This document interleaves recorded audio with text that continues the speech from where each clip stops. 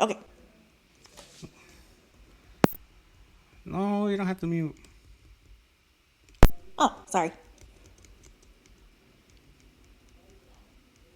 Let's see, where are we here? Let's check. Oh, we are. Let me check the stream. The internet could totally see me. Let's see.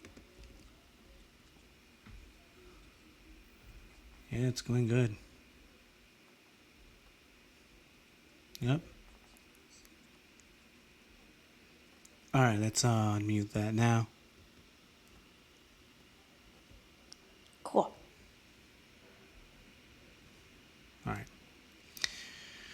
Given the nature of today's show, we're not going to have any beds today. That's weird, I know, but that's just the way it's going to work out. The chat room is opened. I am your host, Baby Moy, alongside Lil Crystal.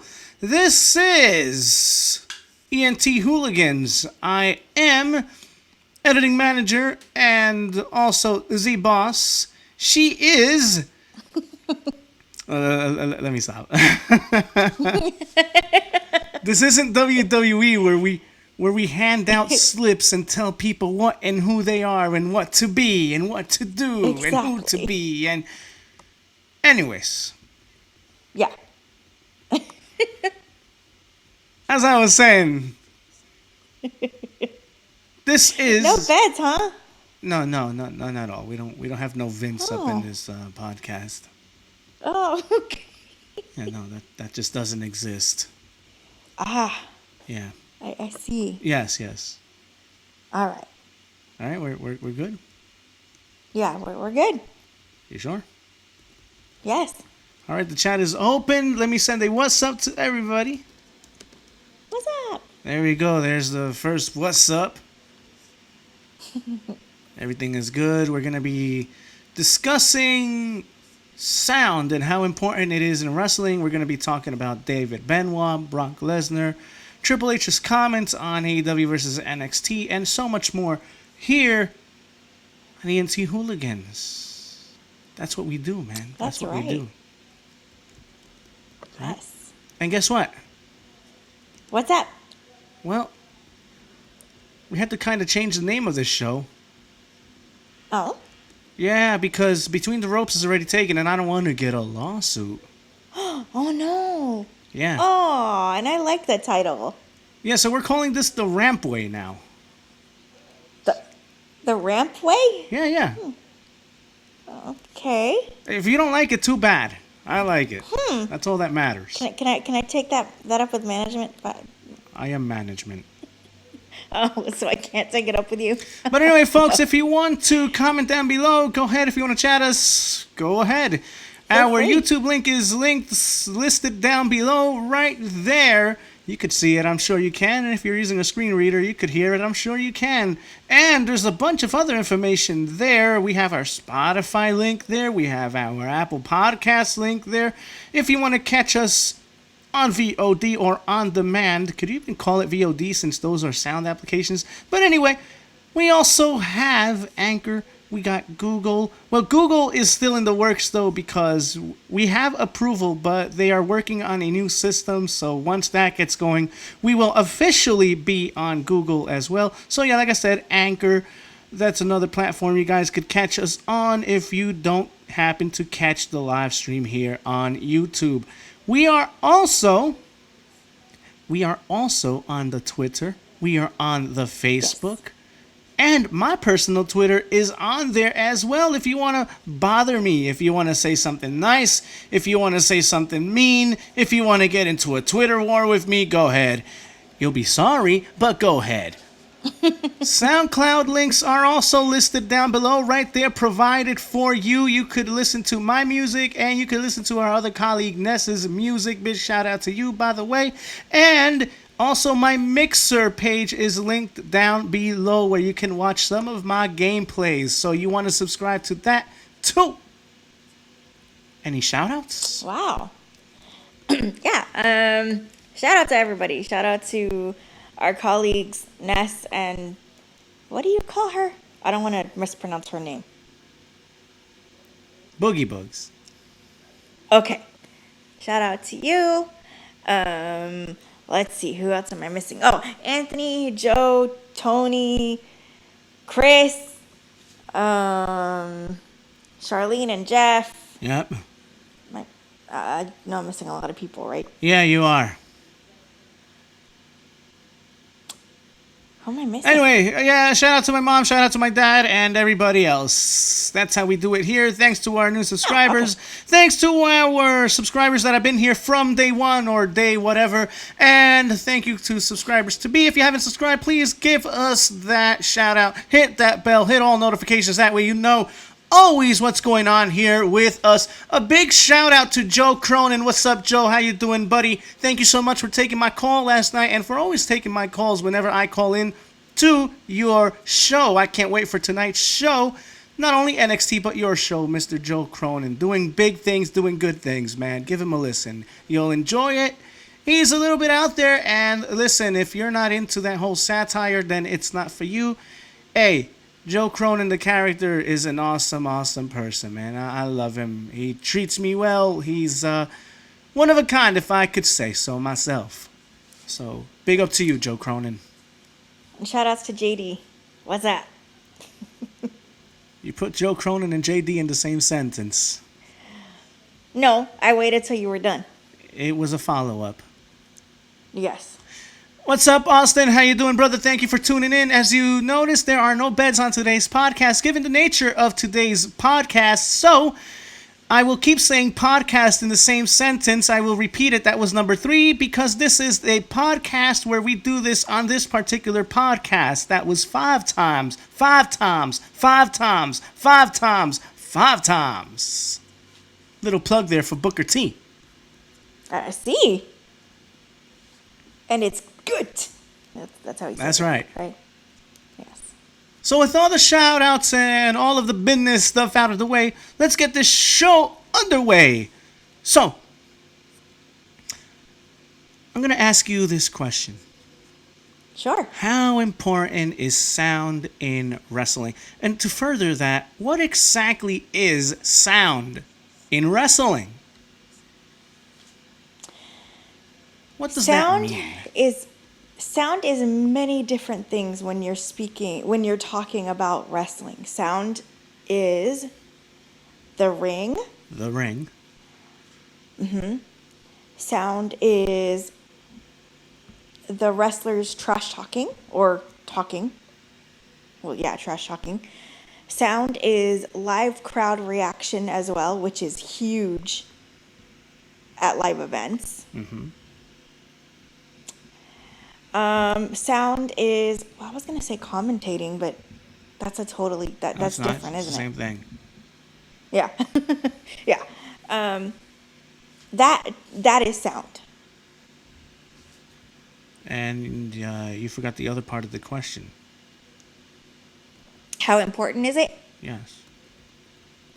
It's very, very important. It definitely, I believe it enhances the storylines. And can I say my experience when I was watching it live? Yeah, sure. Okay. So I went to a New Japan event, and the sound was amazing. Those kendo sticks in the ring, it definitely enhanced the stories for me. Being visually impaired, sound is, and I keep repeating this, sound is very important. And like I said, it definitely enhances the storylines or stories. Okay, but if I were somebody to ask you, how does a kendo stick do that? What do you mean?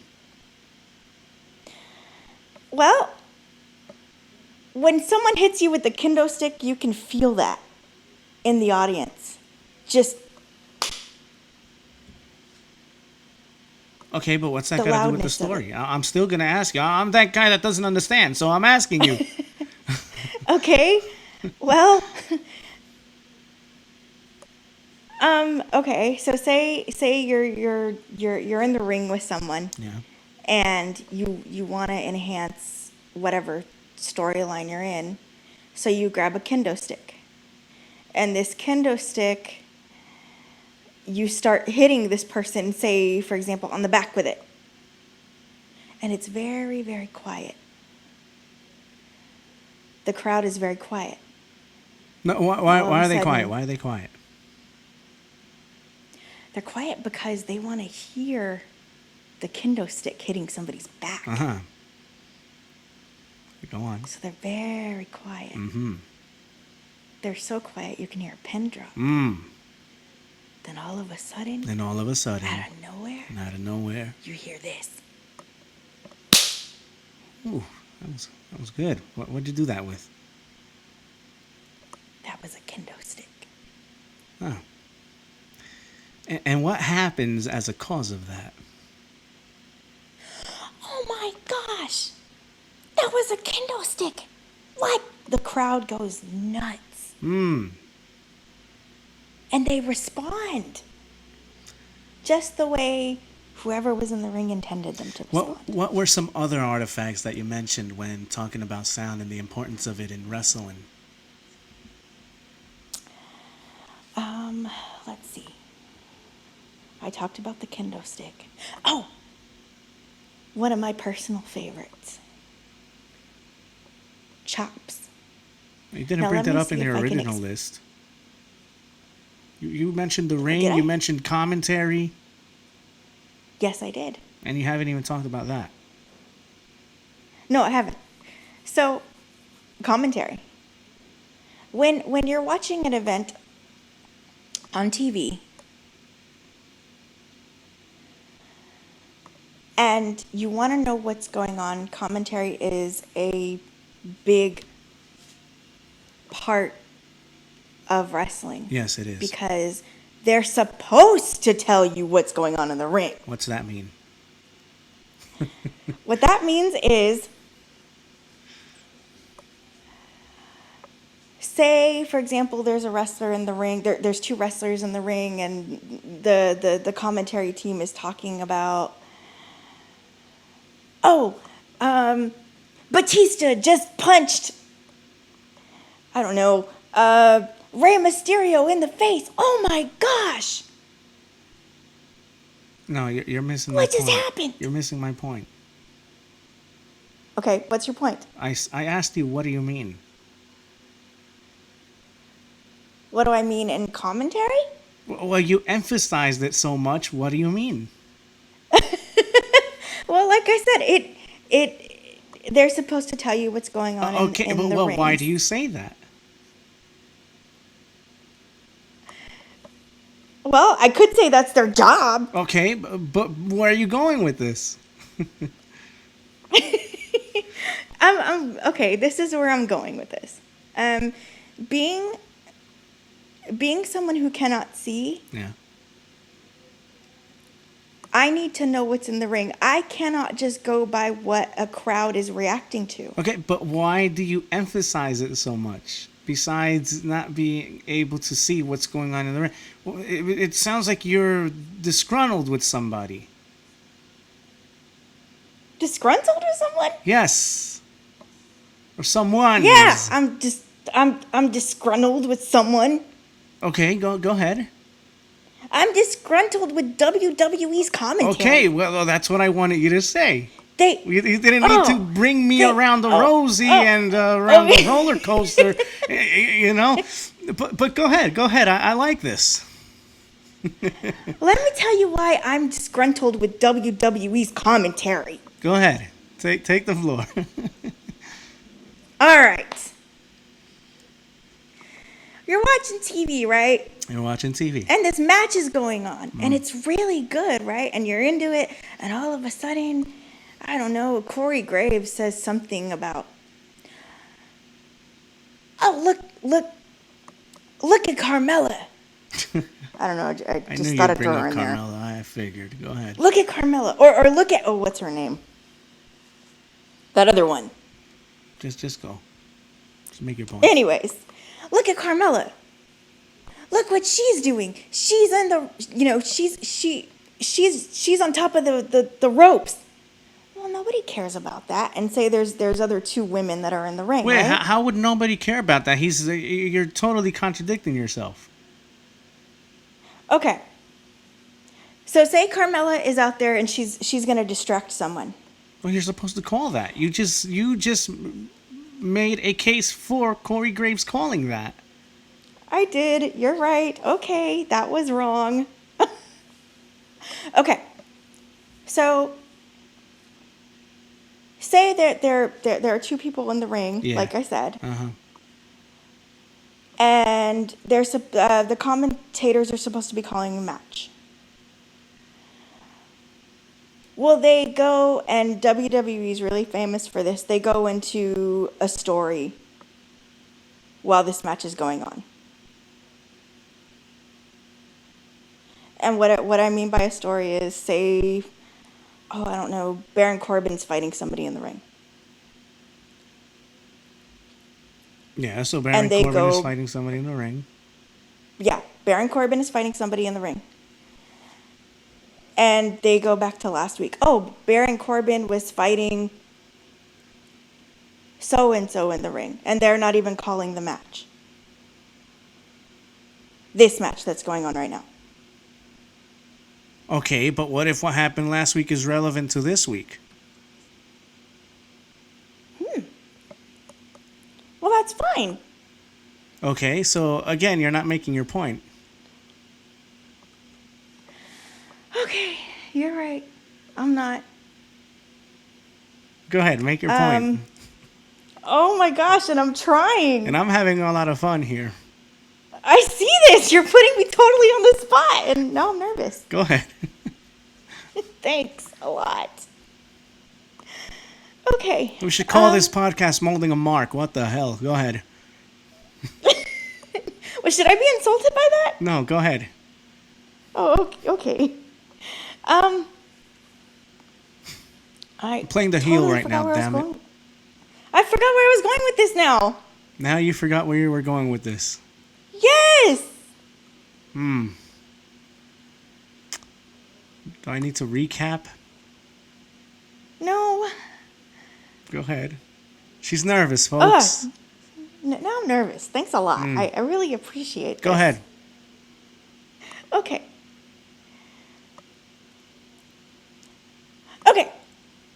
Okay. So you have two wrestlers in the ring. Yeah. And Corey Graves and Michael Cole are talking about the match, and they're doing a great job. Right? Yeah. And Renee Young is there. Yeah. And say somebody took a bump in the ring. Yeah. And it's supposed to be massive, right? Okay. What's Renee do? I don't know. Well, somebody's taking this bump. You tell me. To emphasize. You tell me. Ow! But she's reacting to what's happening in the ring. You're still not making a case. Oh my gosh. Yeah, but what's the point of that? But that's all she does. She goes, ow! She doesn't follow it up with anything. Okay, I get it. She's terrible, but you're still not making a case for your argument. I know what you're trying to say, but I'm not going to say it. Your argument. I know. Okay. Yeah, see? Now I'm nervous. Thanks. Nothing? No, I know what I'm trying to say, but... Well, then say it. I just can't say something like the commentary team sucks because you need to know why they suck. Right? Go ahead. Okay. And I'm tired of repeating myself, so I'm just going to make the point. The point is that sometimes you have the commentary team go way off base. Uh-huh. They are not telling you what's going on in the ring. They're talking about another match. Uh-huh. That's it! Uh-huh. There you go. That's it. That's it! Yes. Like 10 minutes later. Yes. Jeez. They oftentimes do this, yes, and I think. Would it be safe to say that commentary is more important to somebody who is blind or visually impaired? Is it more important to that individual, or is it a matter of commentary being a thing of importance to everyone? It's being important to everyone. It's not just specific to one category. No, or not one at group all. Of people. No. Because what if you're, I don't know, say for example, I don't know why you do this, but what if you're in the kitchen cooking or something? Okay. And something just happened and you're just listening to the commentary. Well, who's the one that you're going to react to? Not because of what you're seeing, but because you heard somebody react because to of who something you're listening big to. happening. Yes. That's Right. going to be the first thing that'll catch that while you're distracted with something else. Mm-hmm.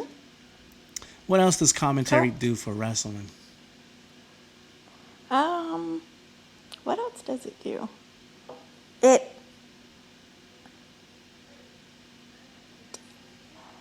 Yeah.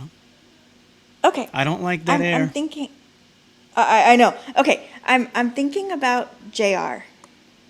What about JR? And the reason why I'm thinking about JR, in fact, you and I spoke about this off air once, well, multiple times. Yeah. JR criticizes in-ring work, and you're not supposed to do that. You're not supposed to criticize what someone is doing in the ring because they're telling a story. Okay. You're not on a podcast. You're supposed to be enhancing the story. Mm-hmm. With commentary. Mm-hmm. Commentary is supposed to enhance the story. Right, yes. How so, though? What does that entitle? What does that exactly mean? If you were to be more elaborate on what it is you're trying to drive home. Okay. It's supposed to enhance the story by making it believable. Uh-huh. What narrative needs to be driven home? I'm sorry? What is the narrative that needs to be driven home? Who is... I don't want to say who the good guy is or the bad guy is. The entire story needs to be driven home. That's a generic answer. Well, I mean, what do you want? The emphasis of announcing a wrestling match in commentary is to drive home who plays the role of the protagonist, the antagonist, who is the chaser, who are the pieces in play, what's been going on, what surrounds the life of said wrestler, or what surrounds predicaments, probabilities, possibilities, and or futuristic title opportunities, or if you are the champion, the probability of you losing set title. If you're the challenger, the probability of you gaining set championship, and where that puts you as the chasee or the chaser. Ah. I see. That's the narrative. Okay. I understand. Wrestling 101, folks. Yeah, you should totally change this title of this show. What did you call it earlier? How How to build a mark? Yes, molding a mark. Molding a mark. Now, you mentioned the ring. What about the ring? Oh, yes. Sounds in the ring are very important. The ring sound, yeah. What's up with that? I emphasize the kendo stick. Yeah, but I'm emphasizing the sound of the ring. You mentioned that in your list. The ring is a part of the story. The ring is, I don't want to say essentially that's what tells the story, because it doesn't. The wrestlers tell the story in the ring. The ring is where they are wrestling. At. In. Go on. At or in. Go on. So they're in the ring, and like I said, it could be quiet, the crowd could be quiet, or the crowd could be loud. It doesn't matter. As long as you hear the sounds in the ring wherever you are. Okay, but I'm not talking about the sounds in the ring. I'm talking about the sound of the ring. That's what you specifically mentioned. Okay. The sound of the ring is very important. Because I believe it drives the story home. You said that. Yes, I did. And that's what I mean by that. It drives the story home. Okay, how?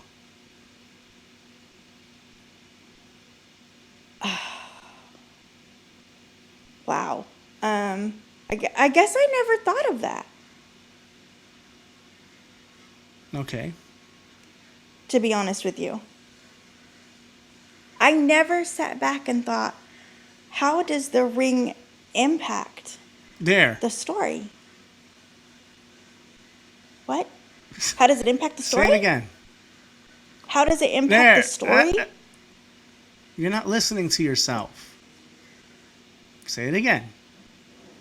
How does the ring impact the story? No. Stop. How does the ring what? Stop. Impact. Impact! What about it? There's impact! What about it? Oh, geez, I feel like I'm back in school. This is school. Go ahead. The ring is impact. Yeah, what about Impact? Tell me more about Impact. I don't know if you're talking about the show Impact. I don't know if No, you're... not the show. I don't know if you're talking about the Spanish news, first Impact. No, that sounds better in Spanish. It does. No, the ring. The ring impacts the story. No, the ring does not impact the story. The impact of the ring tells you the devastation of set maneuver being performed by set wrestlers.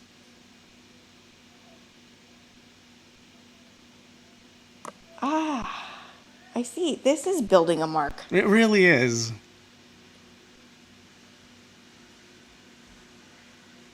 This is really building a mark, isn't it? Yes, it really is. It really is. Now, what else did you mention? I mentioned the ring. I mentioned the commentary. You mentioned the audience. What about the audience? Well, what's up with the audience? The audience tells the wrestlers if the storyline is working or not. Uh-huh. And what I mean is, I'm sorry, let me rephrase that. The audience tells a wrestler whether they love them or they don't like them. Okay, well, I think there's more to I don't this. know about you, but I love heel wrestlers. Yeah, me too. Okay. And I love it when they win, even though I'm supposed to boo them. I'm going, yay, they won. Mm-hmm. Well, what's this got to all do with the audience? Well, if a heel wins, what's going to happen? They're going to boo the heel, right? They're not going to sit there and go, yay, they won. I guess Because so. they're the bad guys. Well, could say that. Now, when a good guy wins, yay, they won. Okay, they don't do that. Okay, but they clap I'm and going to then- absolutely derail what you said here. Bray Wyatt is not a good guy. Seth Rollins is not a bad guy. No. You just told me that fans cheer the good and boo the bad. Yes, but on occasion, they cheer the bad guy. Okay, go ahead. And on occasion, they well, yeah, okay, I said that. Okay. Now, I'm going to ask you a question. No. Wait a minute. Hold up. Hold your question. I want you to get to the bottom of why the reverse tends to happen. Right, and that's why I was going to ask you the question. What? Why do you watch Raw? I watch Raw because of the intrigue that is Bray Wyatt. I watch Raw because it's something that ties into my childhood. And Bray Wyatt is a bad guy. Yes. Even though he plays a Mr. Rogers character. Yes. The Fiend is the bad guy. Correct. Yes. And we cheer the bad guy on. I say we, me included, because that's why I watch Raw. We cheer the bad guy. Yeah. We're booing the good guy. Yeah. Why? Because the good guy has been shoved down our throats. Aha! We're getting somewhere here, folks. That's good. This is good. Now, what does that say, though, for the credibility of the wrestler who's portraying the good guy here? I don't know, because I've never thought about that. No, think about it now. But now that I am thinking... I'm sorry? I said think about it now, damn it. Oh, gee, that's nice. Oh my gosh, what I'm doing is working? Maybe? What do you mean? That makes no sense. They're not... I've been shoved down so many people's throats that they're probably sick of me. Okay, but you just said, oh my gosh, it's working. What's working? Oh my gosh, I'm a good guy. And Bray Wyatt's the bad guy. And they're cheering the bad guy. Okay, but you're still not telling me what's working. The fact that they're cheering the bad guy. But they're not supposed to cheer the bad guy, so it's not working. Huh, good point. Ah. Very good point. People, the way wrestling psychology works is like this. You have a cool enough bad guy to where he comes across as the most incredible badass that you've ever seen. He and or she will get over no matter what. Steve Austin, not necessarily a good guy per se. The Rock, not necessarily a good guy per se. But they got over through character, through charisma, through the ability to psychologically break down and tell you a very compelling story, rather through promo, gestures, and in-ring ability. It's that simple. I see. That's how this works. That is the simple nature of all of this, folks. You know, so Bray Wyatt, bad guy, but he's cool. Seth Rollins, good guy, but he's stale. Boring. No charisma. Nothing to give. He's Roman Reigns 2.0, where once upon a time Roman Reigns was, and thankfully now isn't.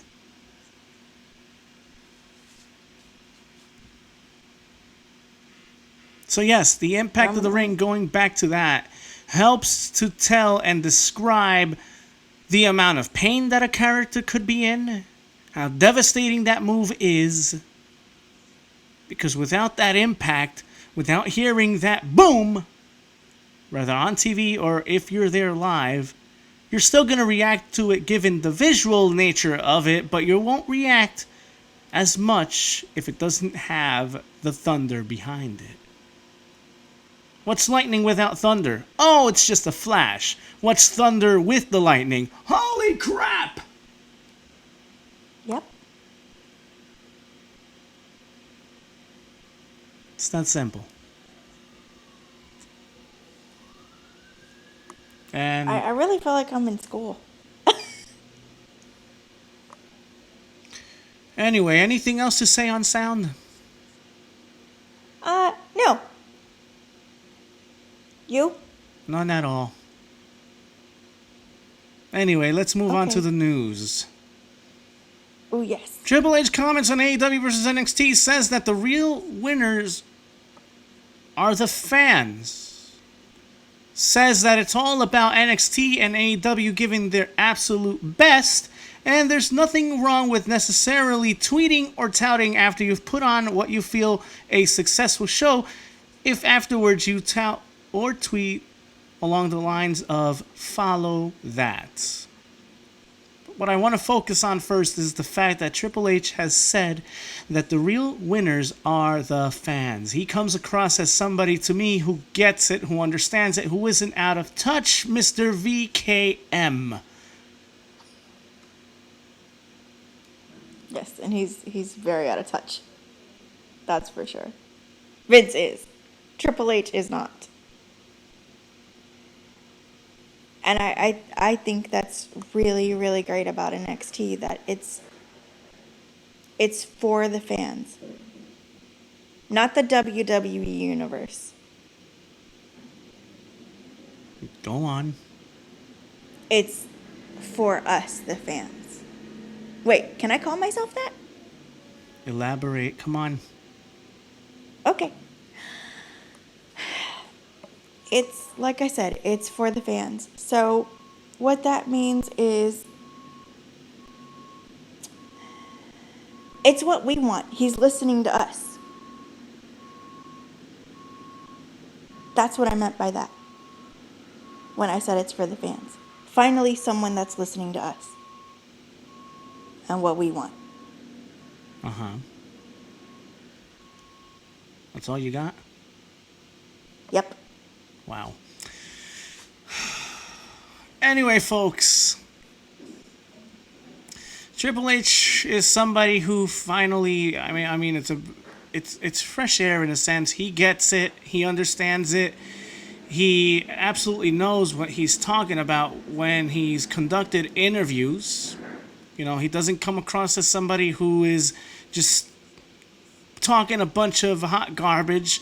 He isn't coming across as somebody who is patting himself in the back, because it's very crucial and very admirable, I could even say, that he says that the real winners here are the fans. And he even furthers in this interview conducted by Pat McAfee, former punter. He used to play football. He furthered that and said, hey, I bring my best, you bring your best. Best of luck to AEW. Best of luck to AEW. He also was talking about the way that developmental systems work, and basically alluding that NXT is now considered their third brand, which before it was a third brand, yes, but under a banner that spoke and said developmental. Now that they're big time on the USA Network, they can breathe easy and be considered their third brand. What Triple H obviously wants here is for people to have comfortable careers, whether or not they want to fluctuate, move around from NXT to SmackDown, Raw, SmackDown back to NXT, or be stationary. He just wants people to be comfortable and overall at their best when it comes to in-ring ability and their in-ring prowess. This is what Paul Levesque stands by. I believe him. Like I said before, he doesn't come across as somebody who is disingenuous or disingenuous. So, to me, he has everyone's interest at heart. To me, there's nothing wrong when you feel it. And when you know that your boys and girls have put on a tremendous showing to the point where you are tweeting, follow that. I mean, it's one thing to do something like that out of arrogance. It's another to do something like that out of confidence.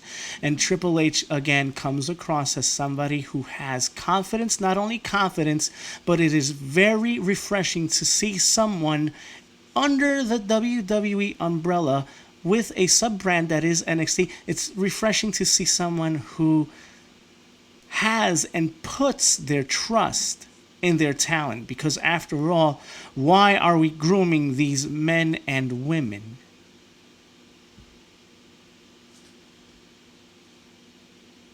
That's the question. Correct? That's my statement. Ah, I see.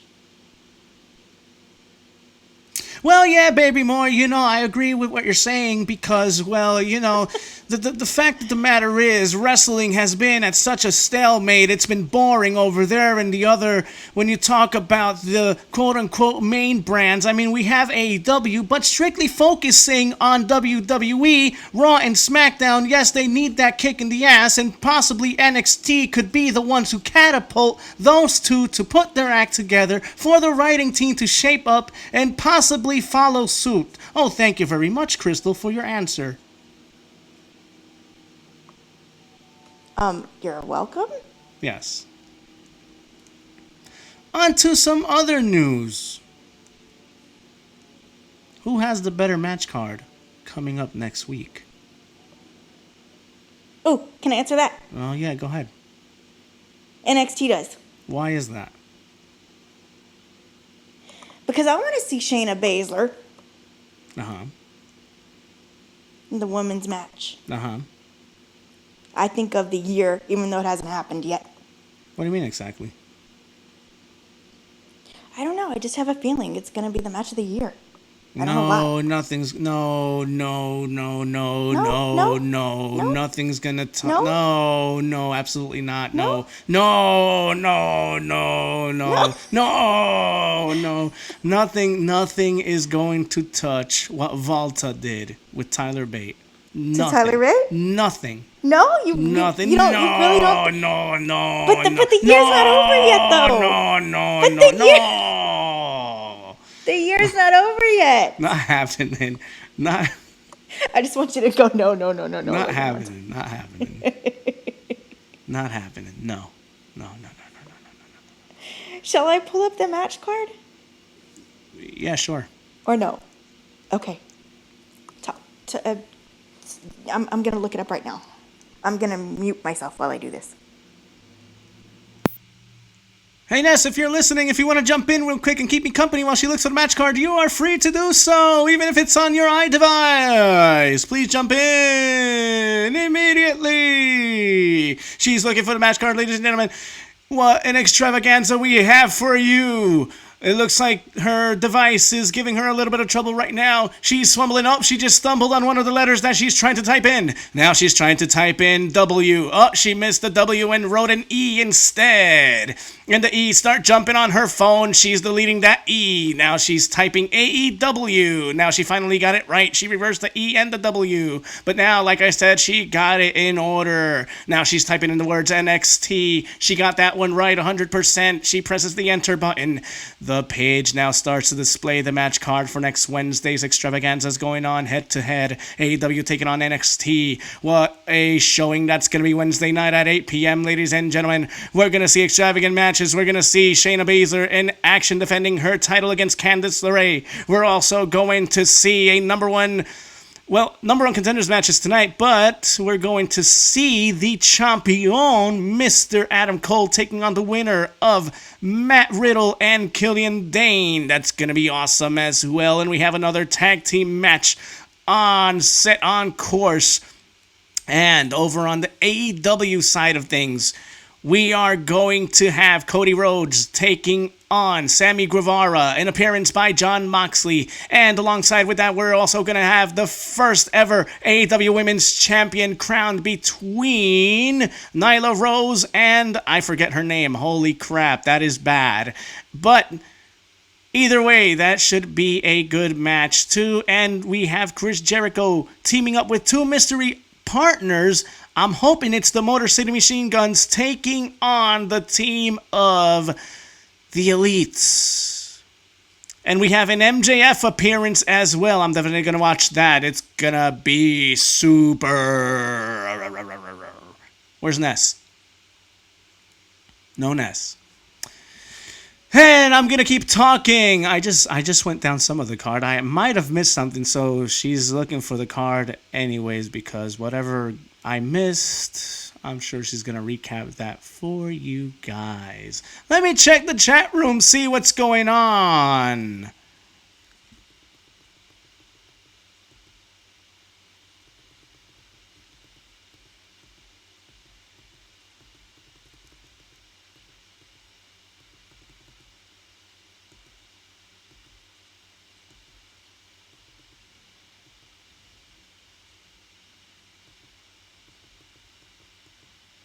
Oh my gosh. Waiting. I cannot find this match card. Okay, whatever. Anyway, moving on. I feel that NXT has the better match card, but because it's AEW's first showing, that holds a lot of weight. I think AEW is going to have to pull out all the stops here. I also think that AEW has all of the pressure on them. NXT has been doing this for years now. Now, obviously, they haven't been on a grand stage and live in terms of being on cable television, but the factor remains that they've been doing this for years where AEW has not. That is correct. And honestly, I have a hard time with this because I really, really want to watch NXT next Wednesday. Yes. Because of the match card. Yes. And I don't want to have to wait till Thursday to watch it on the WWE network. Mm-hmm. But as you said, it's AEW's first show. Right. That is why I want to watch it. AEW, I'm sorry. That is why I want to watch AEW's first show on Wednesday. Mm-hmm. NXT is, and I've told you this before, and you've said this before off air, NXT next Wednesday is a takeover on TV. It really is. When you look at the fact that there's a tag team title match, there is a NXT title match, there's a women's title match. Come on. And who knows what else they're going to add to this. That's just 3 of the matches that we're going to see. If you want my opinion, those are main event matches right there. Well, of course, it's triple main event. Yeah. And that's a takeover. I believe that the takeovers are the main events when you're looking at a WWE weekend. Mm-hmm.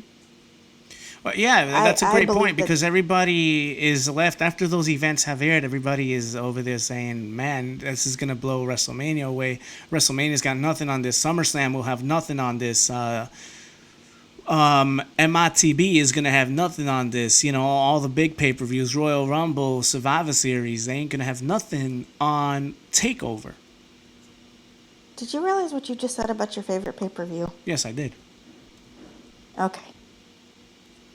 But yes, you're absolutely right, because what do you look forward to in a WWE weekend? NXT. The NXT takeovers. Yeah. You don't look forward to the WrestleManias or the Royal Rumbles or the Survivor Series or any of that. Yes. But you know what's surprising about those pay-per-views? Go ahead. Not the NXT ones, but the main ones. Yeah.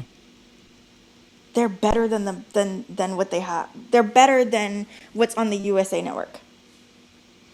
Yeah, but I mean, they still don't hold up a candle to NXT. Of course not. Not at all. You know, but their pay-per-views are watchable. I mean, I'm not gonna lie and say that they're not. No. They are. They're I dare say they're sometimes enjoyable. Yes. I can't lie about that. No, it's something there. Now, I do have to say that it's something that I don't want to watch over and over and over again. Yeah. Like at NXT TakeOver UK. Mm-hmm. I don't want to sit there and watch a Survivor Series match. Now, if you give me Walter versus Tyler Bate again,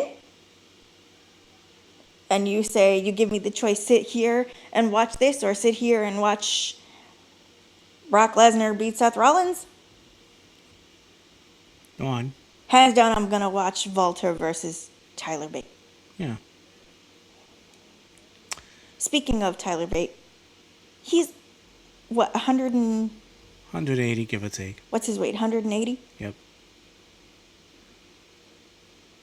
How do you deadlift a guy that's 300 something pounds? No, he's amazing. He's got more strength than what he's supposed to have. He's freak of nature. I mean, so is Volta, though, for men his size. And I know they say this about a lot of big men, but truly, this is very applicable towards him. For a man his size, for him to be able to do the things that he does is beyond extraordinary, and I dare say even beyond human. Beyond humanly possible. Yeah, and definitely. And that's just amazing to me. Now, I was very shocked last week when Walter came out on NXT. Go on. What? I thought he'd stay in the UK. Because Imperium came out. Oh, that's cool, right? That's so awesome. What are they doing? But then you hear the crowd, we want Walter. Where is Walter? Well, And then he comes out.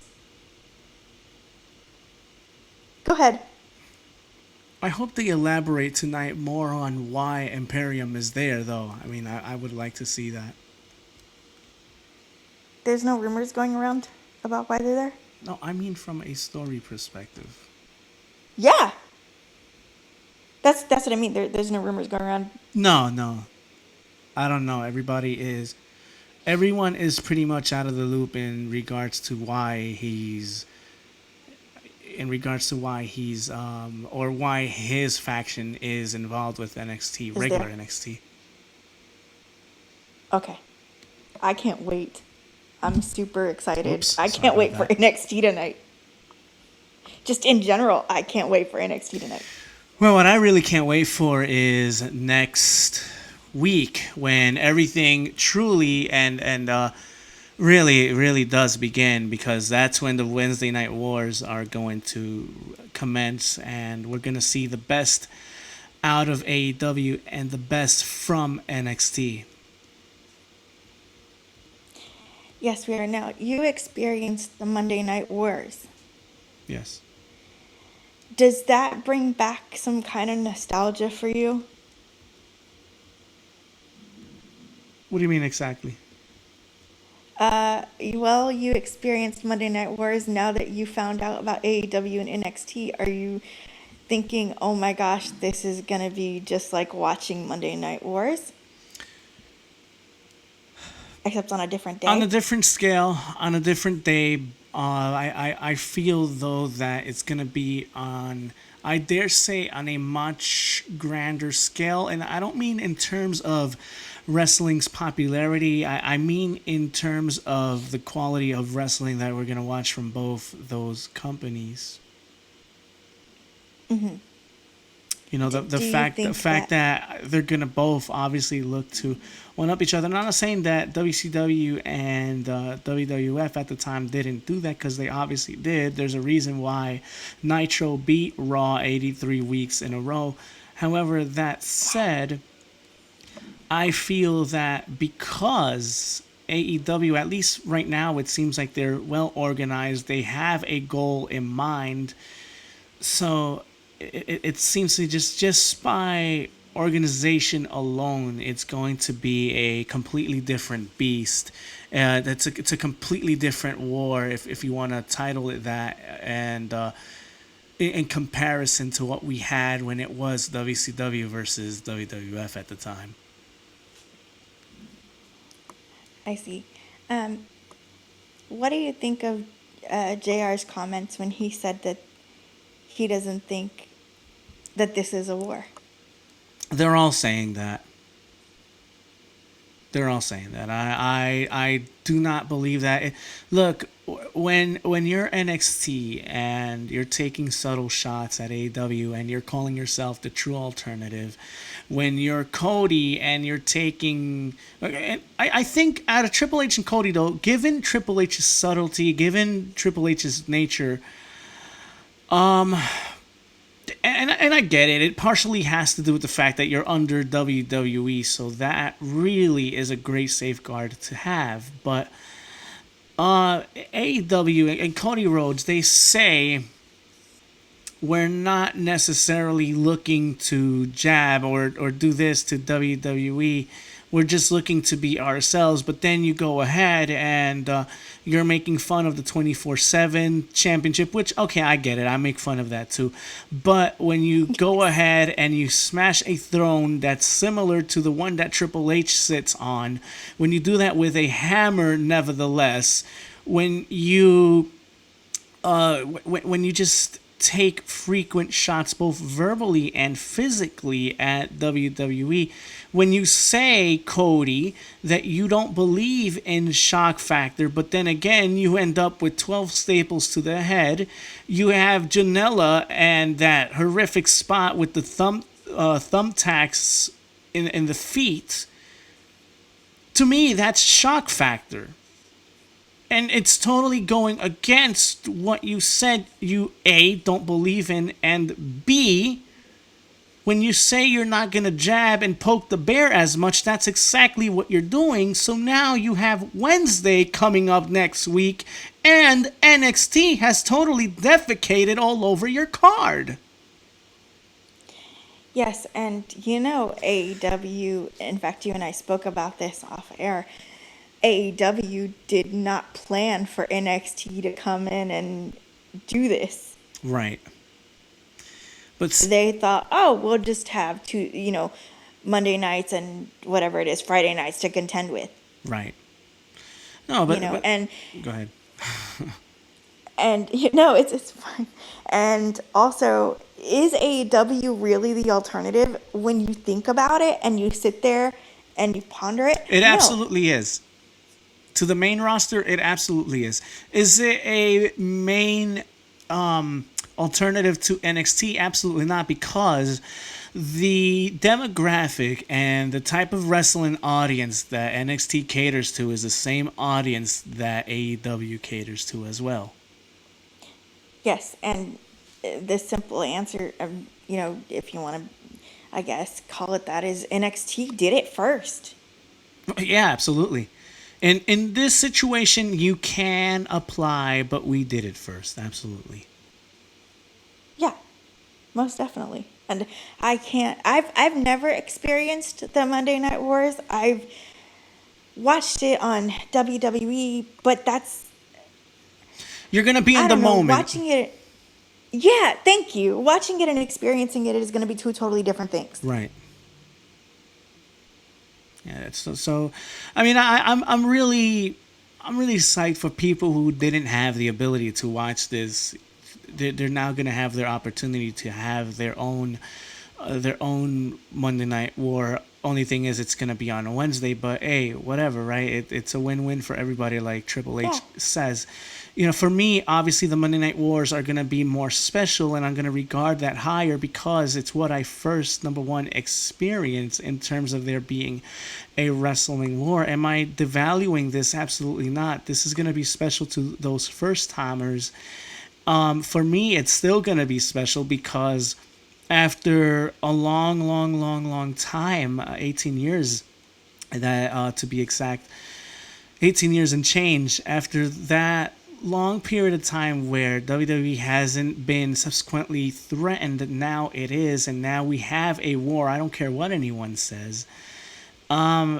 It's special from the sense of, wow, here we are again. This feels familiar. This is familiar. I know they're gonna both pull out all the stops. They're gonna look to pretty much one up each other on any given Wednesday, and I mean, we bring up this war, but I think going back to Cody Rhodes, though, they just got to stop poking the bear. They got to stop trying to call out WWE.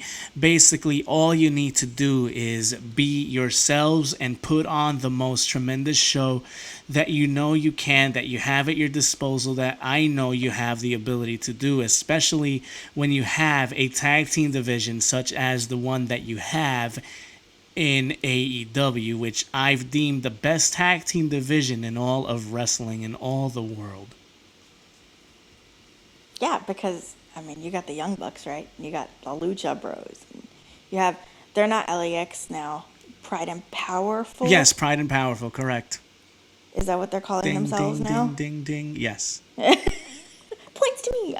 Yeah, you have them. I mean, that is, wow, that's going to be amazing to see. What I want to know is this. Who is Chris Jericho's mystery partners?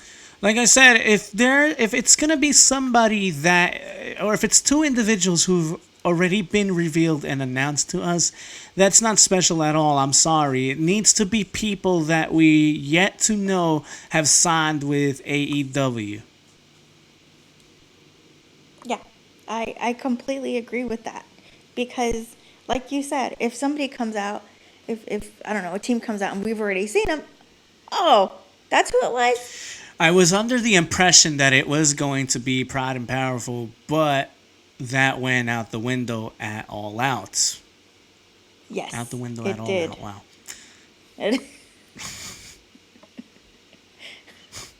Wow, that's Very good. special. Damn. Are you chiding yourself over there? I don't know.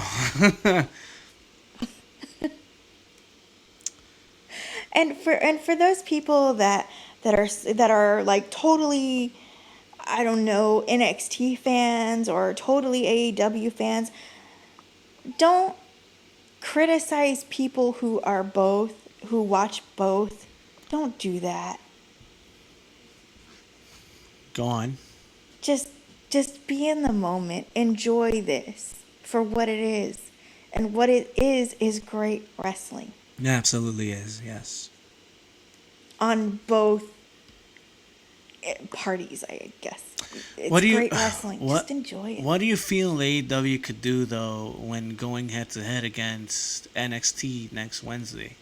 Given the fact that we've already noted that we both feel that NXT have the better card, but could AEW do something to pretty much... how could I phrase this better? Okay, let me put it this way.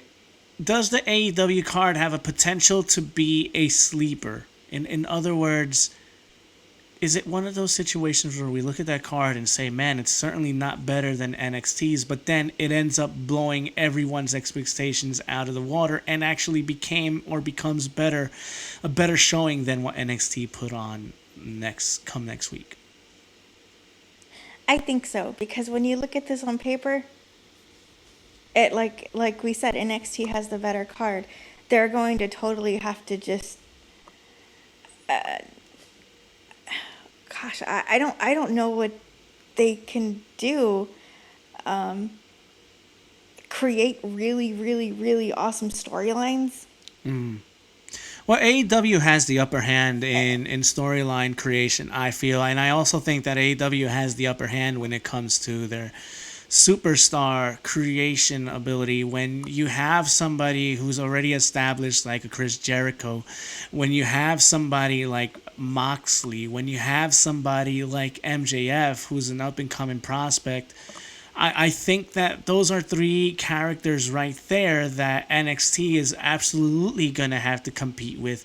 NXT would need to have characters like the Velveteen Dream, Adam Cole, and possibly if Volta becomes a mainstay, they're going to have to showcase him as well. So that could be the 3v3 when it comes to NXT versus AEW.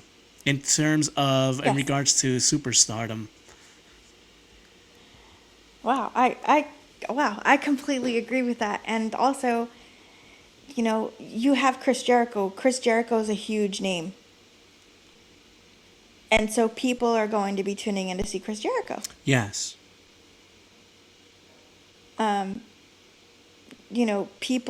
People know who Pride and Powerful are. Mm-hmm.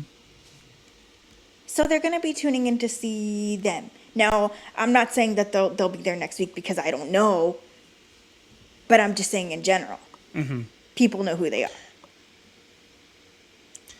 I think more the core fan knows who they are. To a lot of...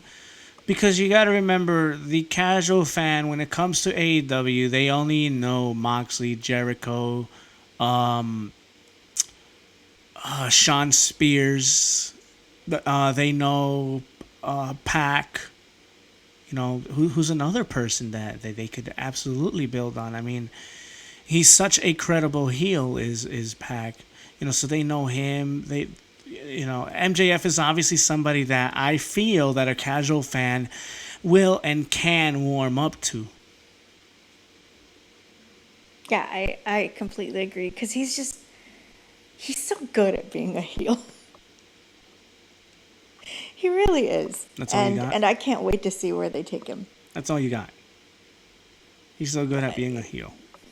He's, well, you know what I would like to see? Yeah. I would like to see the crowd sing "You Are My Sunshine" when he's out there.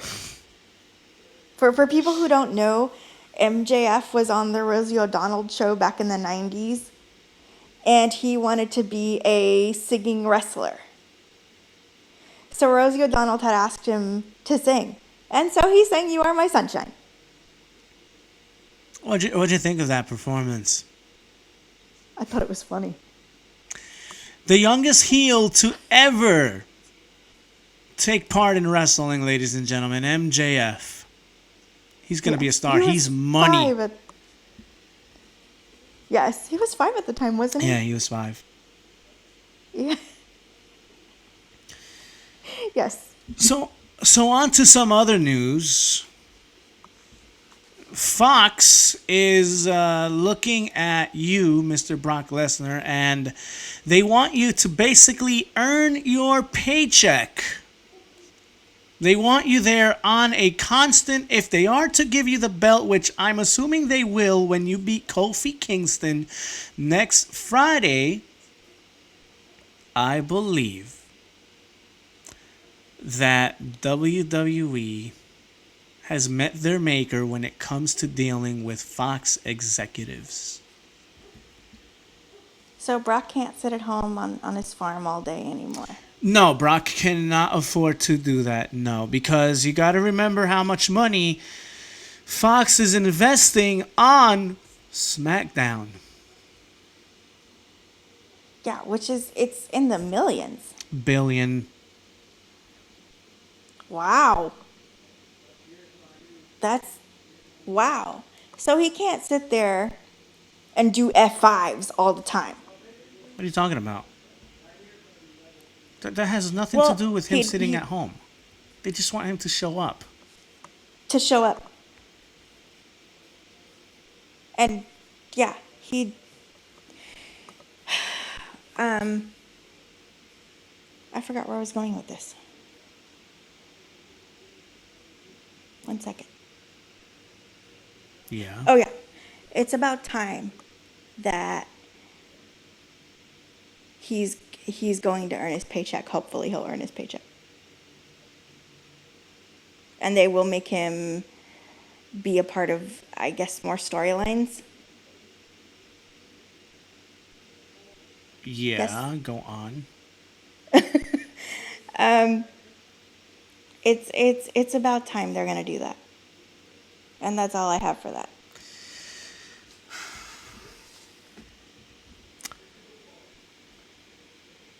Brock Lesnar is somebody that has been sitting at home for years and years and years since he returned back to WWE in 2013, or is it 12? It's either or.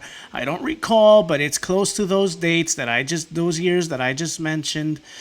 Brock Lesnar, I feel, has done nothing to earn a Legends contract to where he can pick and choose his spots, and it's about time that Fox pushes his you-know-what right in to make him work just as everybody else does. If you are the champion, if you are to become the champion, your responsibility as the face of a particular brand and or product is to show up to work, because as a champion, you are a representative of said company. This is why Brock is going to be needed. I don't care if he repeats suplex after suplex or F5, so long as he's there. If he just wants to stand there while Paul Heyman cuts a promo, so be it, but his presence alone generates interest and generates a story in itself. Brock Lesnar's physical attribute is a story within itself. That's Brock Lesnar, ladies and gentlemen. Wow. David Benoit and wrestling, controversial or not? And this is the last segment before we get the hell on out of here.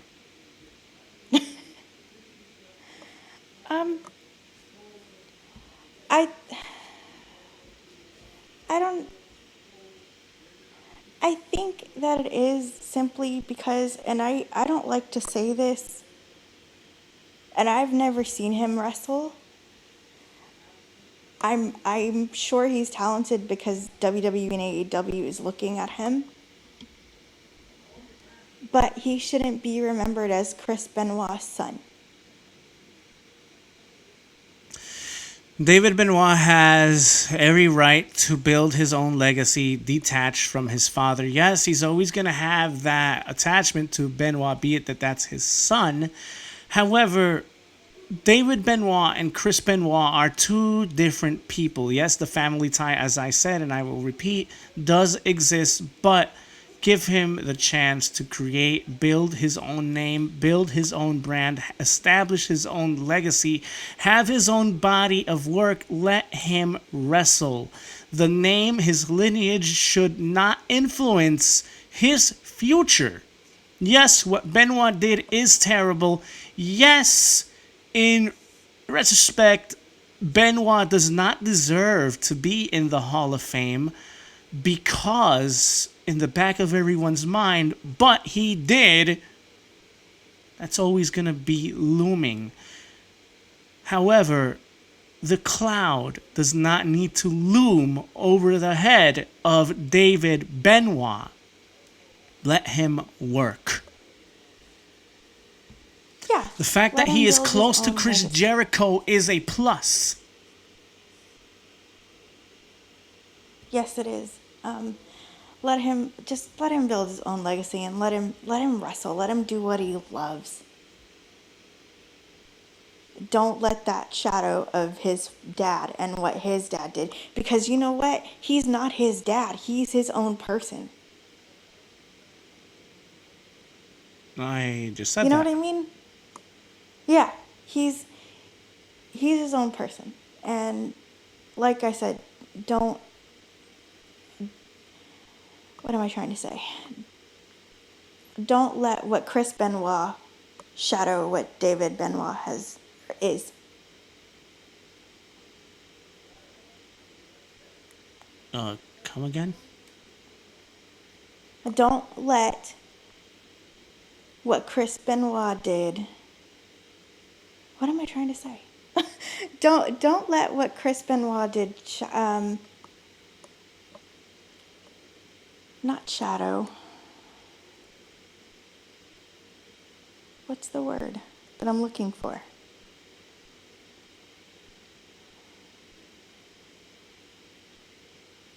Don't. Oh.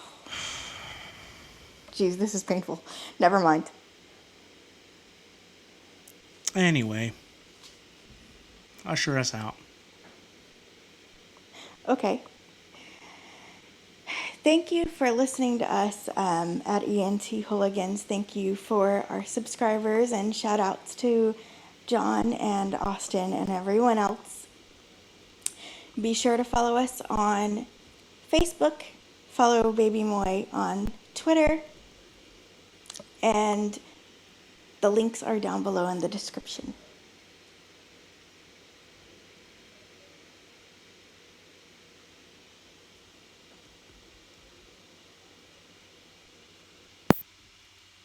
Tune in tomorrow, folks. Sports Vista. I'm going to be on live with Big Ness and Boogie Boogs. We're going to be recapping the football week. We're going to be talking about what is to come.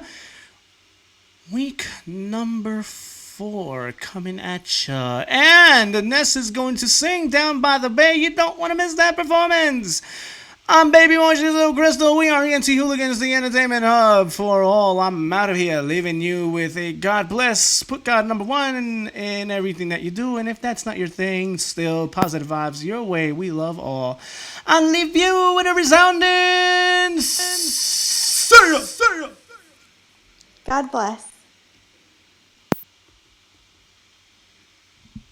Let's stop the stream here.